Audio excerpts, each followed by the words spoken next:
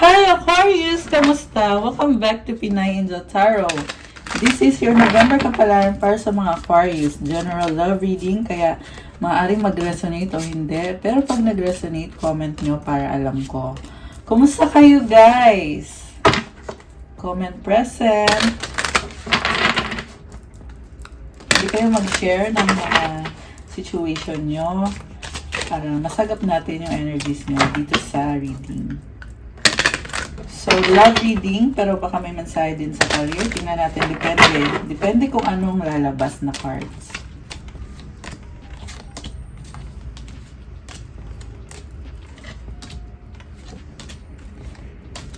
Okay. So, tingnan natin muna yung angel numbers for Aquarius. Oh, dalawa. Okay, protection. This is your time to take confidence in all that you pursue. The divine universe is working through you and protecting you. Time has come to allow all the doors of opportunity to welcome you with open arms. Oh my gosh! So maraming nagbubukas na pintuan.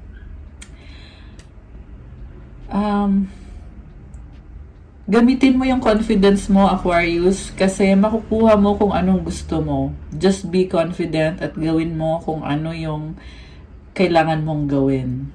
Grabe. Affirmation, I feel the loving care of the divine protecting me. I allow myself to pursue growth and opportunity. Nice. Comment. Claim growth and opportunity. Ayan, I love this. 444. Comment nyo dyan, claim growth and opportunity. The next one, wow, 333. Potential, your chance to reach your highest of potentials is here. Perseverance has gotten you to where you are. You have been through this so much, and this guidance is here to show you that you are exactly where you need to be. Oh my gosh, guys. Nakatanggap ka ng breakthrough ngayon, Aquarius. Grabe. 333. You are where you need to be. May chance ka na maabot yung pinaka-full potential mo. Grabe! I love this! Congrats! Dahil yan sa sipag at tiyaga mo. Perseverance. Reward yan ng divine para sa'yo. 233 and 234 angel numbers. Okay. Affirmation, my potential is infinite.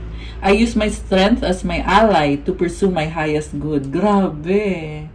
Bongga ka dito, girl or boy. Yung lakas mo daw yung tumutulong talaga sa'yo. Para daw sa ikakabuti mo to. Comment. Claim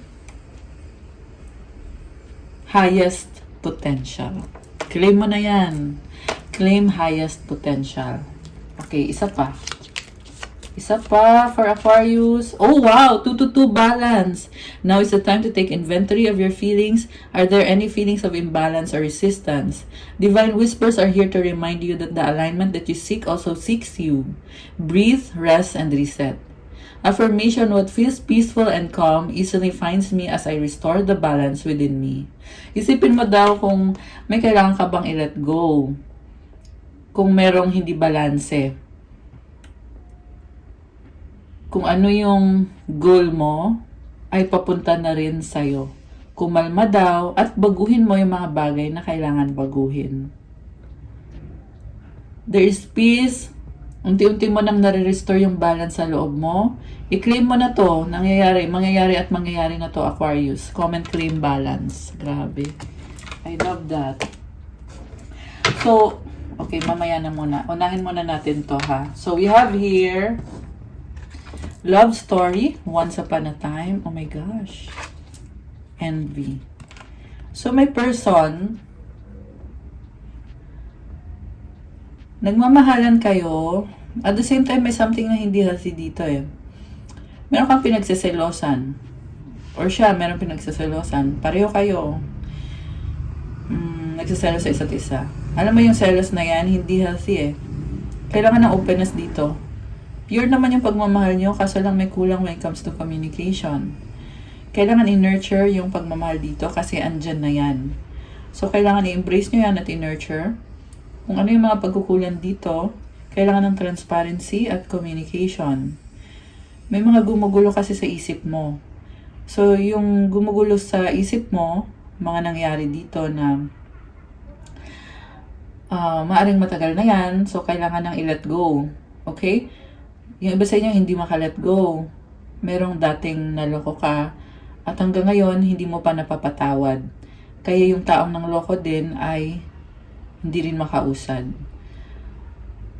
So, alam mo, there is so much attraction, sa totoo lang. Gusto ka ng taong to. Kaya pinapasabi sa'yo dito na walang dahilan para magselos.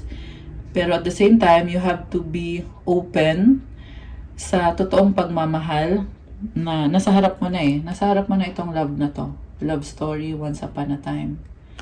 This is actually a good connection sa nakikita ko di guys. So much attraction. Okay, tingnan natin yung next. Oh my gosh, copycat. Don't want to hear it. Oh my goodness.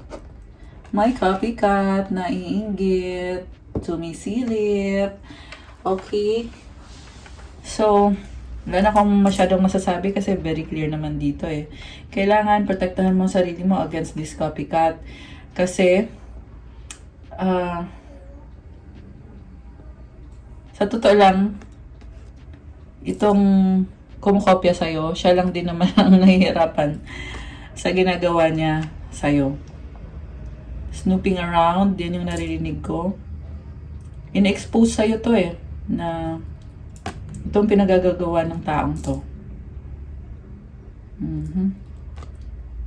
The more na sinustok ka niya, or nila, the more din na nagsastruggle siya, or sila.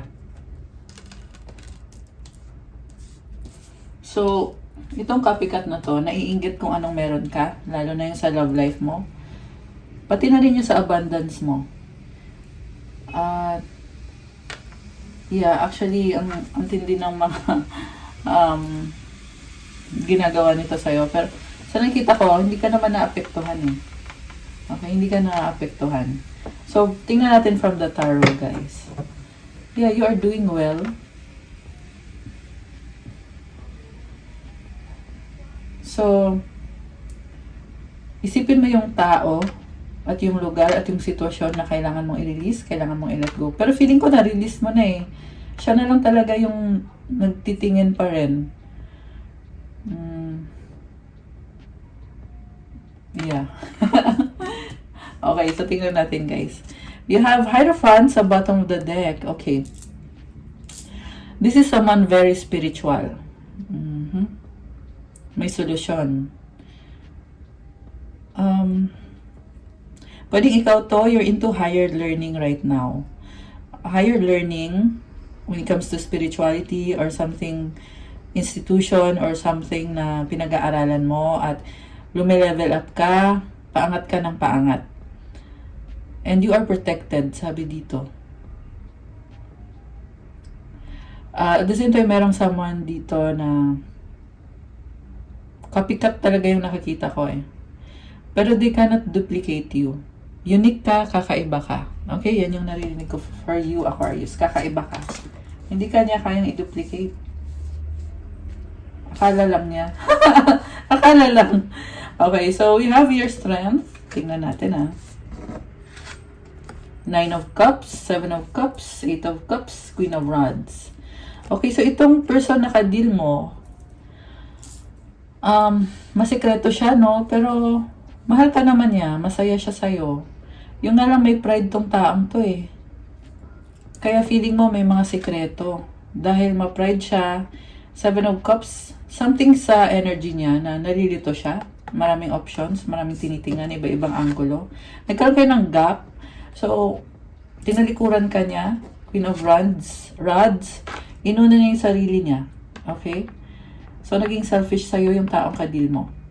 At the same time, nakikita ko, ikaw naman, natuto ka na sa connection na to, kaya, gumanda lalo yung energy mo, inayos mo sarili mo, at dumating ka din sa point na hindi mo na siya kailangan. So, magkaiba na kayo ngayon. Okay, magkaiba na kayo. At the same time, nakikita ko na itong connection na to ay something na divinely guided or divinely protected. May something dito sa connection ninyo ng person mo na posible yun may kontrata kayo, posible yung kinasal yung iba sa inyo, may anak, soulmate connection, twin flame, posible din, okay. And then we have here, oh wow guys, the lovers, Knight of Cups, King of Swords, Five of Cups, Two of Pentacles. Okay, so this is, wow, oh my gosh, romance. Guys, you made a choice. So, okay naman pala, nagmamahalan kayong dalawa. Very romantic. Ang nakita ko dito is hopeless romantic, na feeling mo you are very pure when it comes to this person, this relationship or connection. At the same time, marami kang natutunan sa buhay mo, marami kang karanasan na nagsasabi sa'yo na kalma lang Aquarius, huwag magpadalos-dalos. Okay? Mahal mo siya pero kinakalma mo yung sarili mo eh. Kasi nga, natuto ka na. Matalino ka. Okay.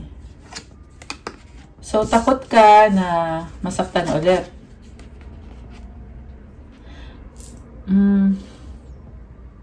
Parang sinasabi dito, i-let go mo na kung ano yung, oh my gosh, 11, 22 angel numbers and 1, 2, 3 angel numbers. Ayan, nakita ko ngayon. Just as I look at my timer.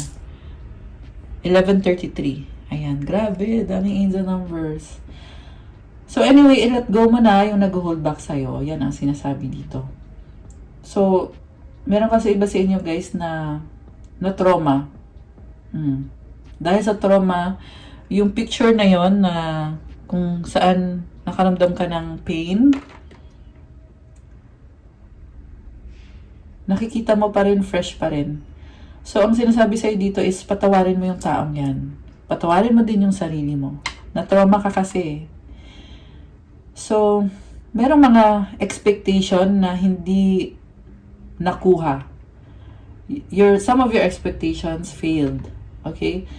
So, hindi mo masisi yung taong yan kasi it's coming from your own trauma, galing sa past mo or sa past life mo or sa childhood mo. And you need to heal this trauma para makalaya na yung soul mo. Okay? Some of you guys, yung trauma na yan ay connected sa mga tao sa paligid mo, sa mga sinasabi sa'yo na masakit, sinabi sa'yo na nasaktan ka, merong manipulative sa paligid mo, kaya kailangan mong bitawan yung manipulative na yon, Aquarius. Okay? Kasi pag binitawan mo yan, magiging malaya ka. Ngayon, andito na to eh, kumakatok na tong love. Okay? Pero lalo kang magiging malaya pag binitawan mo itong mga tao or past trauma or sitwasyon or connection na sabihin na natin nagiging burden. Kailangan mo bitawan. I-surrender mo kay God yung burden. Ayan. Si God yung mag-heal ng burden. Paano mo i-heal ito? Tingnan natin na. Uy, lumipad. Okay. Breaking chains. Ayun. Ang nakita ko actually is generational trauma. 333 angel numbers. Oh my gosh! Ang dami naman! Angel numbers. Okay. So, break chains. The only way to overcome blocks is to confront them, self-limiting beliefs. Uy, ang ganda, may unicorn. Oh my gosh. Aquarius talaga yung energy nito because Aquarius Aquarius are very unique. So, i-break mo yung chains na yan. Sabi ko nga, pag naalis mo ito, hindi lang sarili mo yung matutulungan mo, but pati yung next generation mo, Aquarius. Hindi basta-basta to. Okay, magdadala ka ng blessing sa next generation mo. Embrace this healing process. So, comment nyo dyan, I am breaking all chains. And I am now healed in Jesus' name. Comment nyo dyan.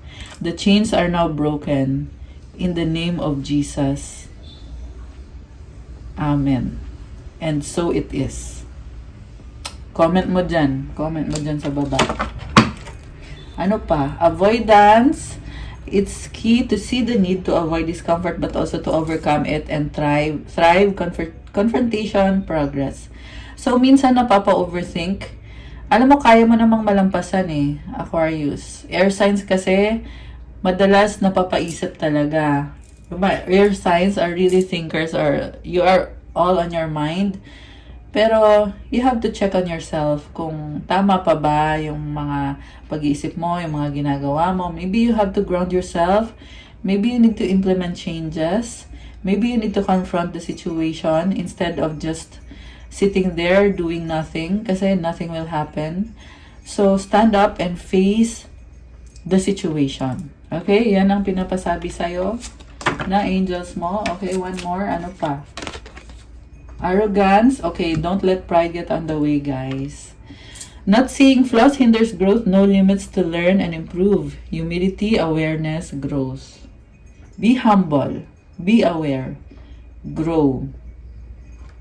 Let go of the arrogance by being humble. Okay? Kailangan mo ng humility. Alam mo, nakikita ko dito, process of healing ka ngayon. Yung mga challenges, i-embrace mo lahat ng challenges. Kasi sa dulo, you will see a pot of gold, Aquarius. Daming butterfly, oh. Ayan, pot of gold yung naririnig ko. Connected to sa kaperahan mo. Okay? Actually, hindi lang sa'yo, but sa next generation mo. Grabe naman. Swerte naman ng mga Aquarius. Char. Okay, I love it, guys. Aquarius. Claim growth. Comment nyo dyan. Claim growth. Ito, growth. Growth. Balik tayo dito sa taong kadil mo. Anong energies ang connected sa inyo? Toxicity, toxic relationships can drain your energy and self-worth. Be aware. Ayan. Mag-pray ka. Lahat ng burden, i-surrender mo kay God. Okay? So, kaya lang naman nangyayari yan kasi hindi mo sinusurrender eh. You have to do the work. Doorway. An opportunity is about to present itself that leads you to a new person. Okay? New person. Yung iba kasi sa inyo, bagong person talaga. Yung iba naman, the same person, but nagkaroon na din siya ng transformation. So, once you do the work, or, yeah, kasi sa nakita ko, you are actually doing the work. Pero bilisan mo. Kasi ito na siya, oh. The opportunity will present itself. Claim doorway. Claim new opportunity. Comment nyo dyan, guys. One more. Uy, tumalon. Ayan, baggage. Again, this is something na you need to let go, you need to release. Emotional baggage can weigh down relationships. Unpack it. Ayan. Okay. Okay, long distance yung iba. Love knows no distance. It transcends time and space. Okay, yung iba naman, not necessarily long distance, pero there's time apart. Gusto kasi lumabas ng card eh, kaya kinuha ko na ulit. Window, a new adventure in love is coming. Get ready. Ayan guys, this is very promising. This is something na kailangan i-nurture para lumago. Itong bagong adventure, itong love na ito. Sa ngayon, i-ready mo lang yung sarili mo. Ayan. Anong advice? Galing sa angels mo. Tingnan natin. Uy, tumalon. Oh, wow. Leap of faith. Wow. I'm ready to take a leap, angels. Thank you for doing it with me. Grabe. Leap of faith. Go, go, go lang. Naka-excite. Spiritual abundance. Oh my gosh. Thank you, angels, for blessing me with infinite abundance. Alam mo, you are so blessed. Pagpasalamat mo to. Okay, you have to be grateful. Ayan, gawin mo yan. Magpasalamat ka. You can even help other people. Kasi the more you help other people, the more din na dumadami din yung blessings para sa'yo. Advice. Courage. Divine courage is not the absence of fear, but a nudge that says, keep going, do it, don't worry. All will be well. You have to get quiet enough to hear it. Dear Divine, may I feel your courage and your will. Grabe to, oh, divine courage. Galing kay God tong courage na to. Kahit daw medyo may fear, pero magpatuloy daw. Gawin mo daw. Huwag daw mag-alala. Magiging maayos ang lahat. Kumalma ka at i-embrace mo yung courage na galing kay God at kung ano yung will ni God para sa'yo, pakinggan mo yon. Grabe. May plano si God para sa'yo, Aquarius. I can see you already blossoming dahil din sa sipag at tiyaga mo at sa courage mo. Pawisan ka dito, oh. Ayan. Pero things are blossoming in your favor. Ayan, i-claim nyo na yan, guys. Claim courage. Claim spiritual abundance. Ayan, oh. Claim spiritual abundance. Yung abundance mo, nauuna yung sa spiritual. Yung sa physical, pumapasok na. Kaya i-claim mo to, guys. And be grateful. Be grateful kay God at sa angels mo. Alam mo, infinite. Walang katapusan itong abundance. So, comment, claim infinite abundance. Grabe. 21 angel numbers. And 22. So, 222. Ayan, 222. Lumabas kanina, oh. Balance. Ayan. Okay, guys. That's all I have for you, Aquarius, for your November kapalaran. Thank you for watching. Please like the video. Comment kung nag-resonate ba or kung nagustuhan nyo ba. Subscribe and hit the notification bell.